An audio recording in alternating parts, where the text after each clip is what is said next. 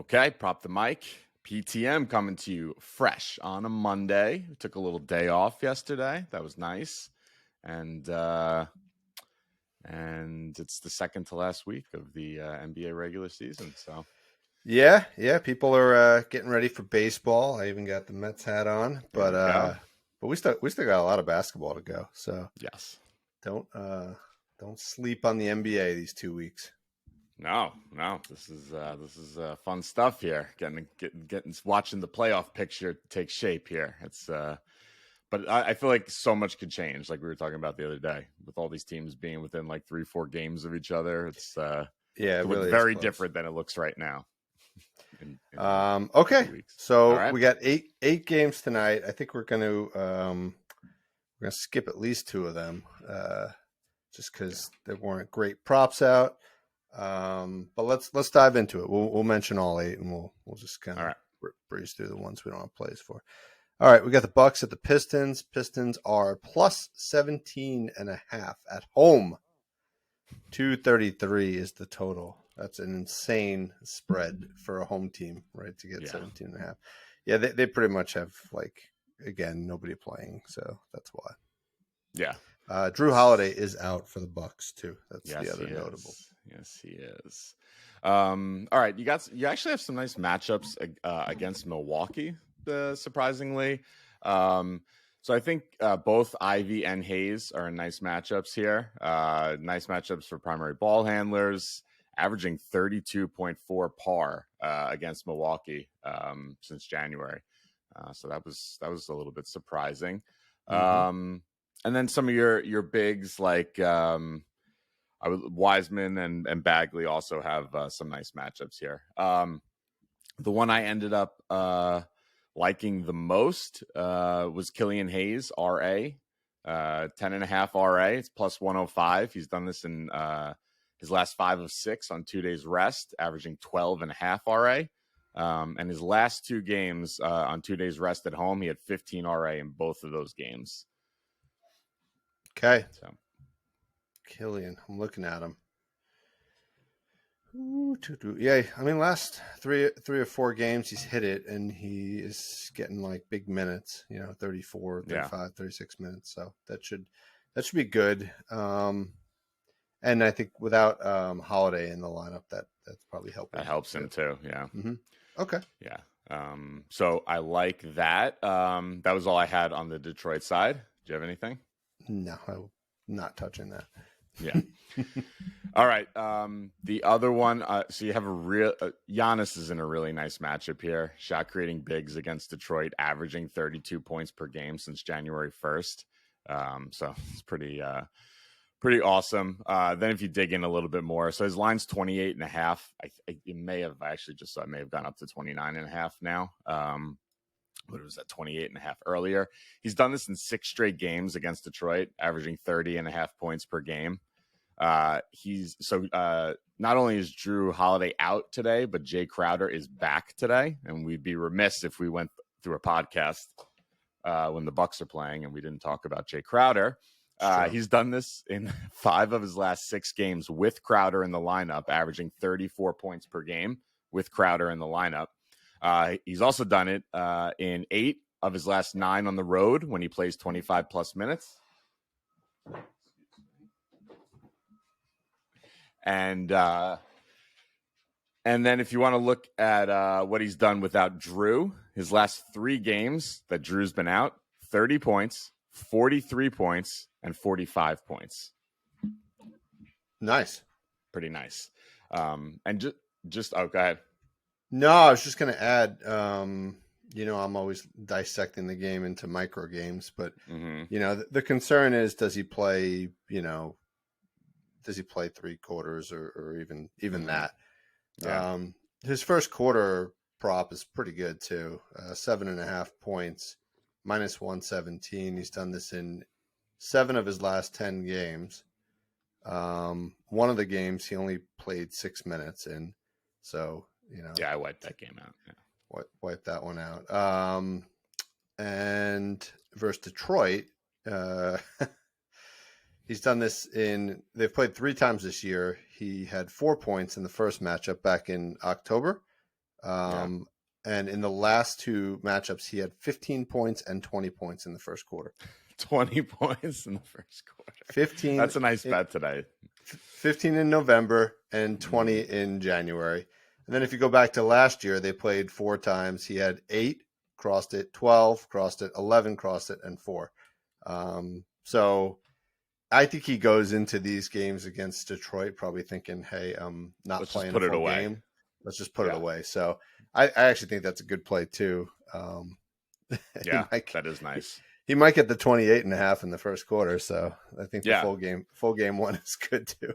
Yeah, I think so. Yeah, I like this. I think he's, especially with Drew out, he's going to take on more of the load, and I think he'll want to just they want the wins, and he'll want to just wrap this one up nice and early.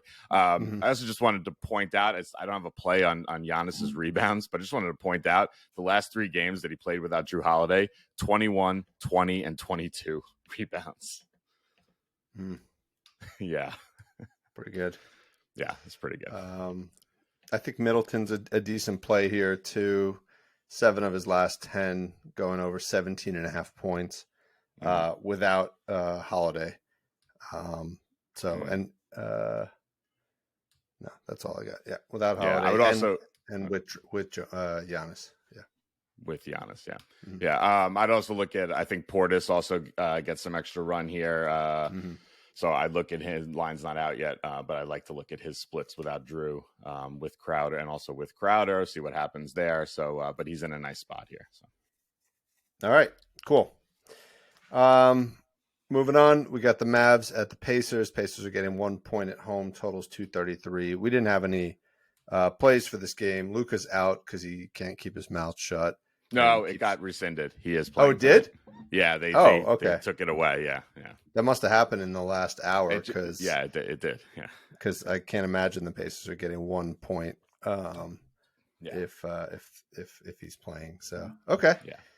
All right. Well, they don't want him off. Not making the playoffs is what that basically says. Wow. So that ship may have sailed. Yeah. Okay. So anyway, I think we're going to pass on this one, but any comments that you have? No, Buddy Hield's also out, so I think you can look into some of the, what that does to Indiana there. I would look at Brissett's in a nice matchup. Guys, Brissett, Nemhard, McConnell, guys that are in nice matchups today, that may get some extra run with Buddy being out. So just wanted to point that out. I like how we have breaking news. Good job there, Tom. Breaking news. Thank you. On PTM. All right.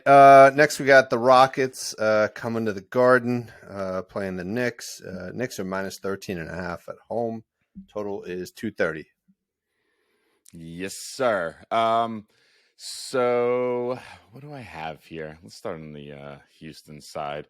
Got a nice matchup for Jalen Green as primary ball handler against the Knicks. Also, Jabari Smith and Tari Eason, these athletic finishing forward type guys, have been performing pretty well against the Knicks. I'm going to take a shot here on Tari Eason, over 11.5 points, minus 110.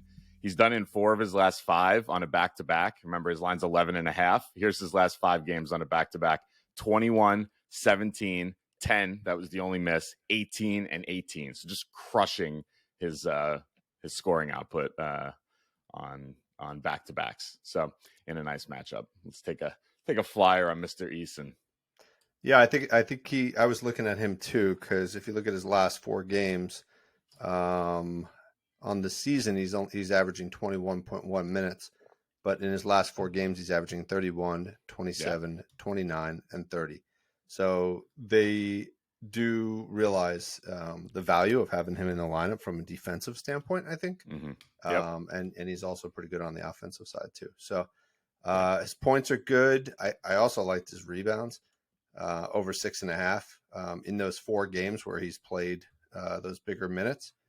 He had 12 versus Golden State, 8 versus Memphis, 4 versus Memphis, and 8 versus Cleveland. So I don't love, using Golden State and Memphis as the barometer for the Knicks, because they obviously are bad rebounding teams. But putting up 8 in the last game in Cleveland is a pretty good pretty good measure of how he'll perform against good bigs. So yeah, I like that. I looked at his PR as well. Ended up landing on the points, but yeah, I like that play. okay, nice. I like when we're both on the same guy. Always fun. Always fun. And then I think Brunson's questionable. Right. So I think Randall's got a really nice matchup here, especially. So does Brunson though. So I like it. I like everyone's got a good matchup against Houston, but I like it even more so without Brunson. I don't have an official play. I kind of like Randall's line at 26.5, but I don't know. You have any feels on this? I was diving into his 3-pointers today. Yes, me too. Yes, the threes. That's what I was leaning towards. I didn't write it down because it wasn't.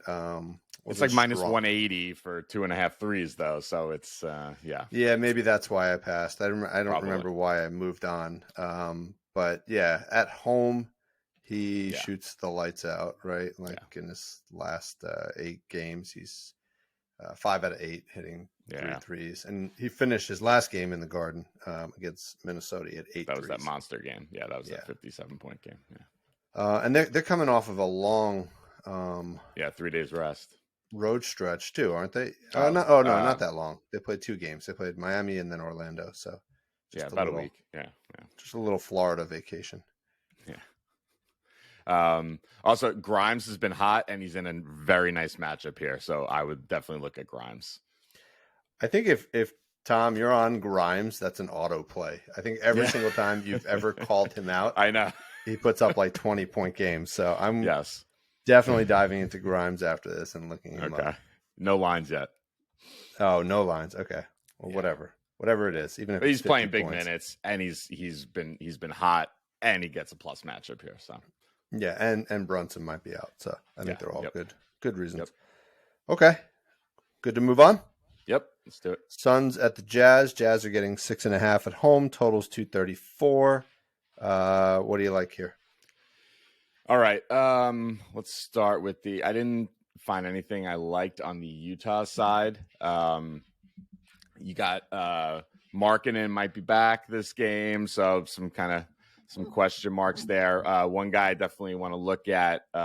He does have some lines out, but not a lot of history. Is Abahi, however you pronounce it. He's in a nice the Kansas guy, Abachi, whatever it is. Yeah, Agbaji. Okay. I think he's in a nice spot here. I didn't have a play, but just wanted to point it out. Of all the guys, you seem like you liked him. Or no? I do like him. You have a play on him? No, I as a general statement, not for this game. I didn't have anybody on the Utah side. I think it's hard to know who's going to do what on Utah until Markkanen's status is announced, right? Exactly. Yeah. All right. So then on the Phoenix side, Booker in a phenomenal matchup here. Shot creating guards, popping off, ball handling wings, popping here. So he's in a pretty nice matchup. What I liked here the most, though, is where was it? Yeah, shot creating guards against Utah since January 1st, averaging over 9 3-point attempts per game. Also averaging 47.5 par. So I like Booker. I like his par, I think. 40.5 par. Monster number, minus 120. But his last 2 games against Utah, Ayton is back today. And Chris Paul is obviously in the lineup. The last 2 times he played Utah with Ayton and Paul in the lineup, 45 par and 67 par. That was this season. Both were this season. Yeah.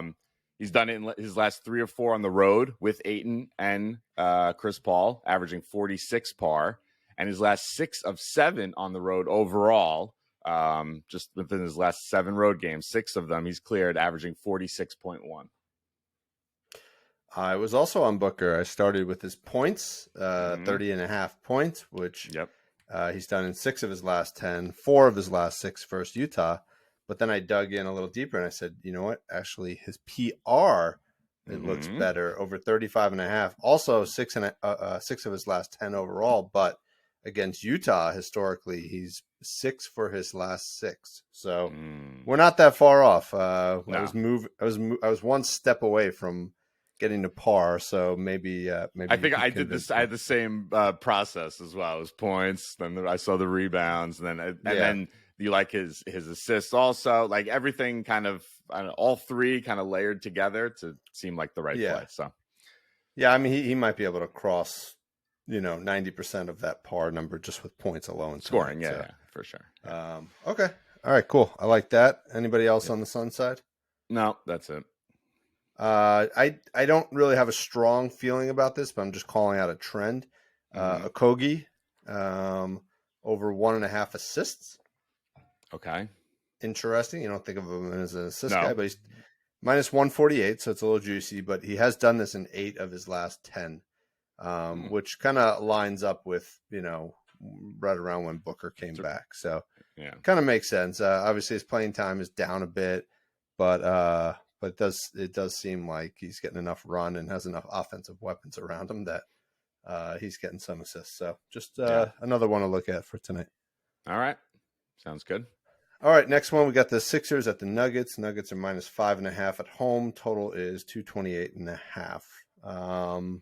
No official plays on this one, but anybody standing out for you? Yeah, no official plays. Just one guy on each side. Michael Porter's questionable, but I really like him in this matchup. He's a really, really nice matchup against Philly here. And there's not a lot to look at against Philly, but this is one that is popping. And then on the other side, I think DeAnthony Melton, he's been pretty hot.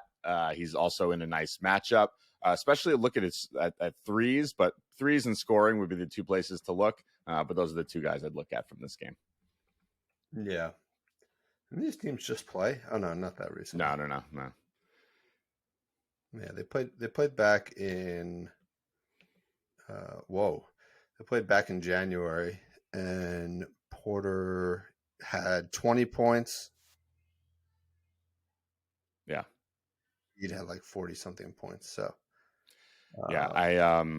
this is an interesting game. I know we don't have a lot in this game, but it's because it's two defensive teams, but be interesting to see after what Denver did to Milwaukee when Saturday night, I guess that was, to come back and then just crush them. That was pretty impressive. So I'm very interested to see what they do against Philly here. Well, and you got Embiid out here probably trying to make a statement as to who's the MVP. Yes, so exactly, he did put up 40. I think it was 47 last time they played. So I could see him putting up another monster game too. Yeah. All right. We got the Pelicans at the Blazers. Blazers are, I got to tell you, that's like they're the most pathetic team in the league now. Like they've reclaimed that. The fact that they shut down Dame with 2 weeks left in the season and they're 3 games out just tells you, and yet they won't trade the guy. They're just going to build around him. Yeah. You got to be kidding me. That's so pathetic. It was sad seeing him on the bench yesterday in street clothes. Should be out there. Yeah, I mean, it just I don't know. It's a statement of where that organization is. But anyway, because of that, they're getting 11 points at home. Another blowout potential, 227 against the semi-surging Pelicans. CJ McCollum back in Portland for the second time this year. What do you like here? Against New Orleans, not a lot popping. They've actually been I don't know if it's that they've been great defensively or they just they haven't had a lot of high scoring games, so you don't get the output there from their competitors. But the only one really popping, rolling cut bigs.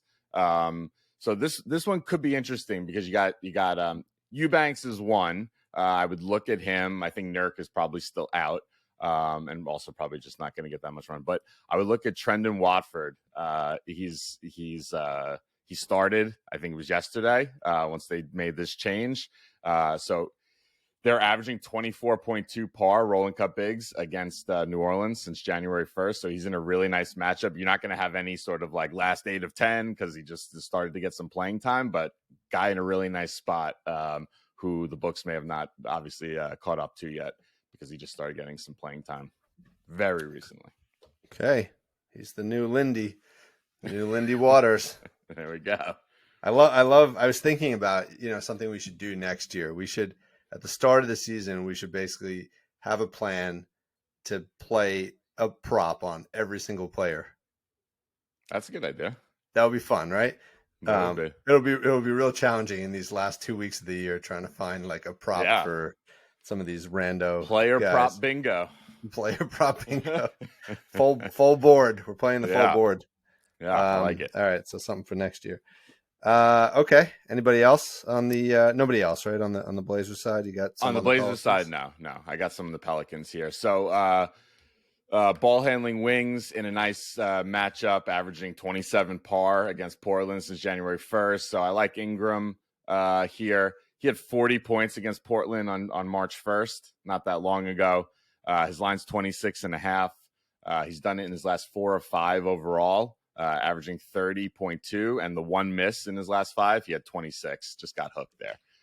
So I like you were looking into Ingram too. I liked Ingram. Yeah, I wasn't sure which prop to play because you pointed out his assists the other day, very good. His points are good. Like, I don't know. I was thinking about maybe the PA prop, but no, I went with CJ. I can't ignore the matchup and the history and everything. Over 20.5 points. He's done this only in 5 of his last 10, but 4 out of 5 in his matchups versus Portland since they traded him. And in his last 2 games versus Portland, in Portland, he had 25 and 24. So I see him, being aggressive tonight, try to make another statement. Yeah. I agree. I wasn't, I don't know, that narrative kind of, I overlooked this morning a little bit, so I didn't dig as much, but I'm glad you did. I think that's a nice play. I had one other from this game, Joe Val. So your versatile bigs in a nice spot, averaging 33 par against Portland since January 1st. So I like his par here. It's 29.5. He's done it in 5 straight games, averaging 38 par. And 4 straight games on the road, averaging 35.5 par. Yeah. I like Jovel a lot in this matchup. I was on his rebounds, 11.5 rebounds, which he's done in 7 of his last 10, but 5 of his last 5, in which he's averaging 15.2. And he's also, again, a utilization thing. He's up to 32.2 minutes in his last 5 games. Just the last 5 games, it just jumped up, and the production increased right with it. So it's nice, yeah. But he didn't have a big points game when he played Portland like a week or 2 ago. But again, in that game, he was only playing 20 something minutes. So if you extrapolate that up to 30 minutes or more.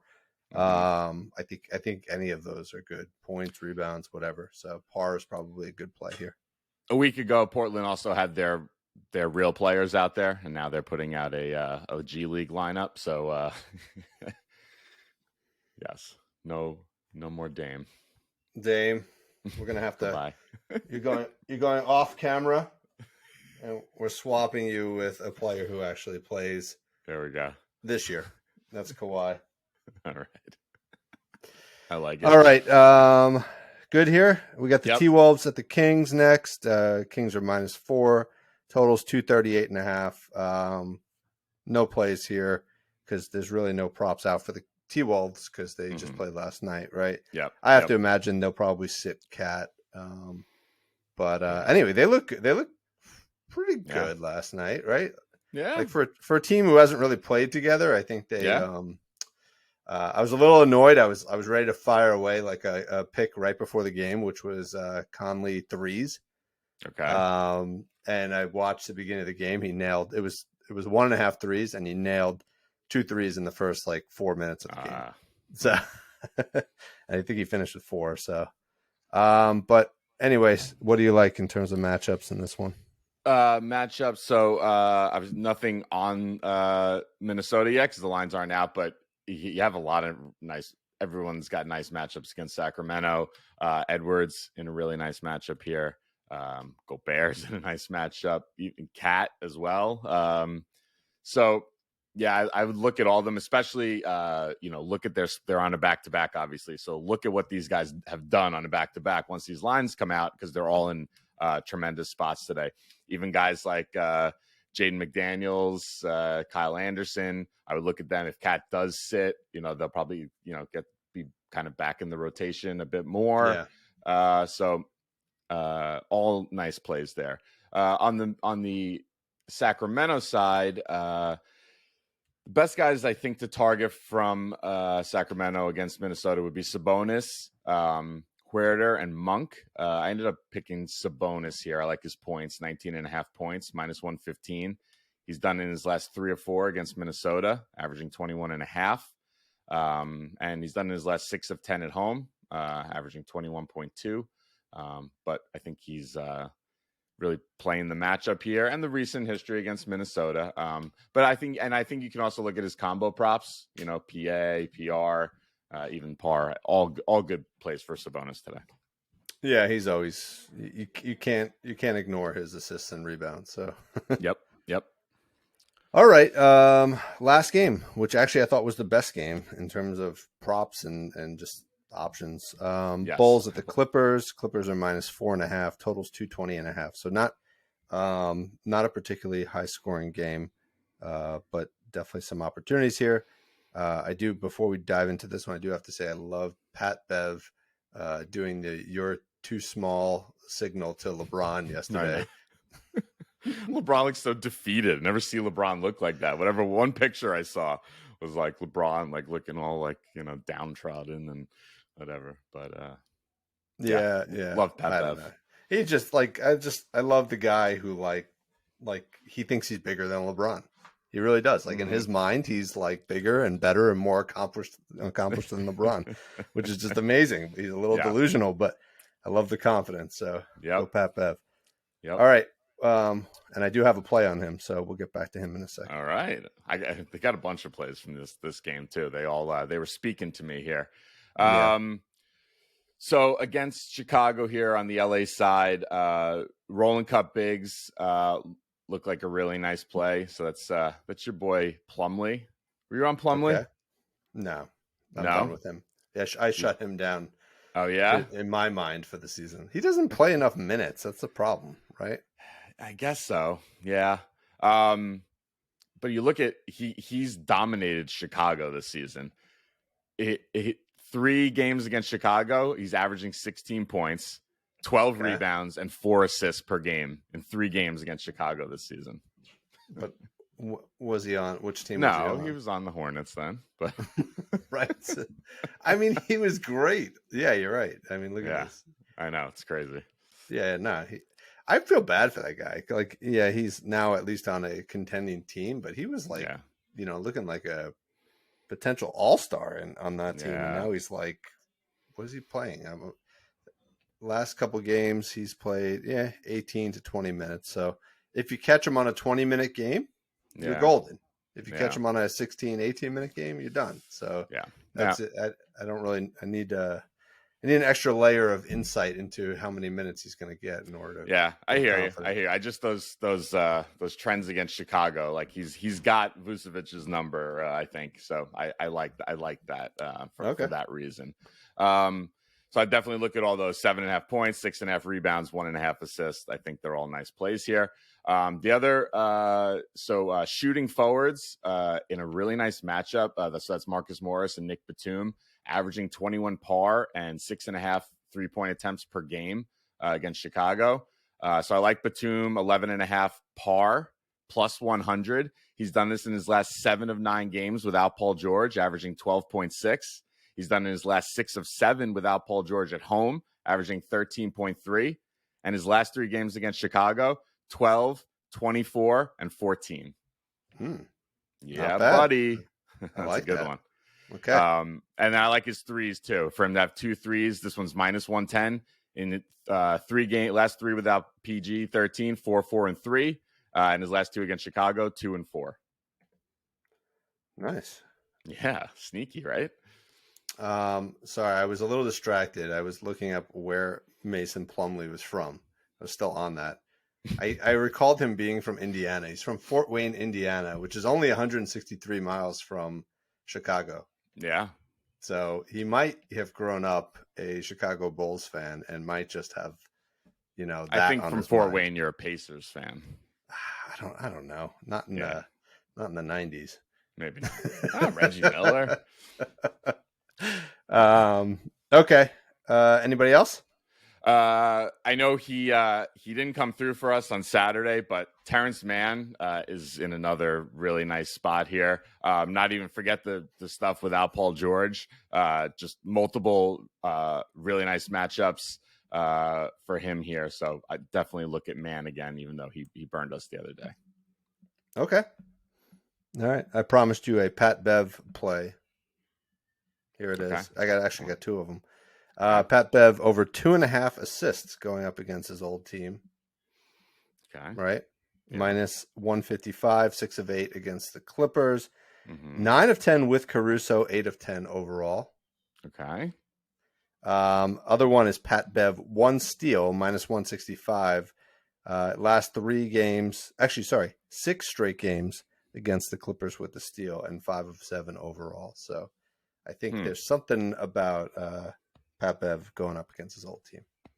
Yes, I think any old team of Pat Bev's is a good, it's a good target. rivalry. Yeah. All right, you ready for my favorite play of the day? Yes. Okay. Zach LaVine. Okay. All right. He's been very hot of late.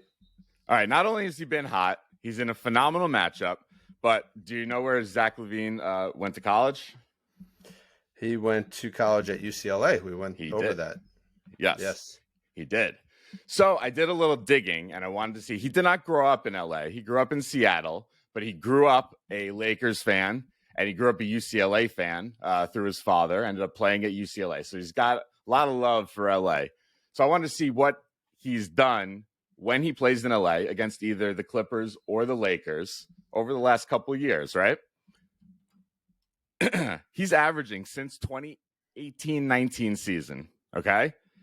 30 this is when he plays in LA, either the Lakers or the Clippers. 33.5 points, 5.7 rebounds, 5.2 assists, and 5.2 made threes on 10.5 3-point attempts per game in LA since 2018-19. Yeah. Pretty awesome. Yeah, I bet in college he probably played some games at the whatever it's called, the Staples Center, or the Crypto Center. So he's probably got some familiarity with that, and yeah, I like that a lot. Yeah, something he gets up when he comes to LA. So I like his points. 26.5. He's done in 6 of 10 overall, averaging just under 30. He's done in his last 7 of 10 on the road, averaging 31 points per game. Also like his assists, 4.5 assists. It's up to plus 135, but he's done it in 6 of 10 overall, averaging 5.4. And I think his made threes are also nice. 2.5 made threes, plus money, plus 105. He's also done in 6 of 10 overall, averaging 3 made threes per game. Yeah, he's got a little extra. I was watching a little bit of that Lakers game, and he's got a little extra bounce in his step. So I like any play on LaVine these days. It's good. Yeah, I mean, and so if you want to look at this, he just played the Lakers 2 nights ago. He had 32 points, right? Last year when he played the Lakers and Clippers back to back, he had 26 against the Lakers, 29 against the Clippers, 6 made threes in both of those games. He was 6 for 13 from 3 in both of those games. Wow. And if you go to the 2021 season, he was 45, 7 and 7 with 10 of 16 from 3 against the Clippers in the 2021 season. Now he is the only caveat I'll throw out there is in the past I remember us saying he actually played yesterday against the Lakers, and he's not a great back-to-back player, right? For this season, he's only 2 of whatever that is, like 8 or 10 in putting up like 25 plus points in back-to-back. So yes, but again, I think he's like playing like a different player in the last 10 games. And I like it. I like it a lot. I think he's due for like a 30-point night for the third night in a row. Yeah, I put together a parlay before. That was I'll just pull it up here because I really liked it. It was LaVine 30 points. Hold on here. LaVine 30 points, 4 rebounds, 4 assists, and 3 threes was plus 800. I think that's Wow. that's a really nice play. And then last real quick, Vucevic also in a great matchup here, 16.5 points. He's done it in his last 10 of 12 on a road back-to-back, averaging 23 points. He's done in his last 6 of 7 overall when he plays 25-plus minutes, which he absolutely will in this game, averaging 20 points, and 6 of 7 on the road, also averaging 20 points. Yep. I was also on him. I think his rebounds are good too, but I liked his because he's had 14 in the last 2 games against the Clippers. But yeah, his points 16.5 seems like a home run, and I think you're getting a little bit of a discount because he got ejected from the game yesterday. So even if he only played, I think 15 minutes, he got ejected for slapping LeBron in the face. So it was kind of a ridiculous play. He shouldn't have gotten ejected. But anyway, it was like accidental, and he just kind of like reached out and he hit him in the face. I think he may have gotten a technical for doing that, and then got another T for talking back to the ref. You don't touch LeBron. You don't touch LeBron. Only Pat Bev can touch LeBron. That's true. Pat Bev can do whatever he wants. All right, that's nice. That's a pretty good set of picks for tonight. It's gonna be hard choosing our favorite out of this. I know we got a lot of good ones, so we'll maybe get a few extras up today. We'll see. Yeah. All right, cool. So nice enjoy work. the games. Yeah, and we'll have some stuff up on Twitter throughout the night. All right, sounds good. Okay, bye. Bye.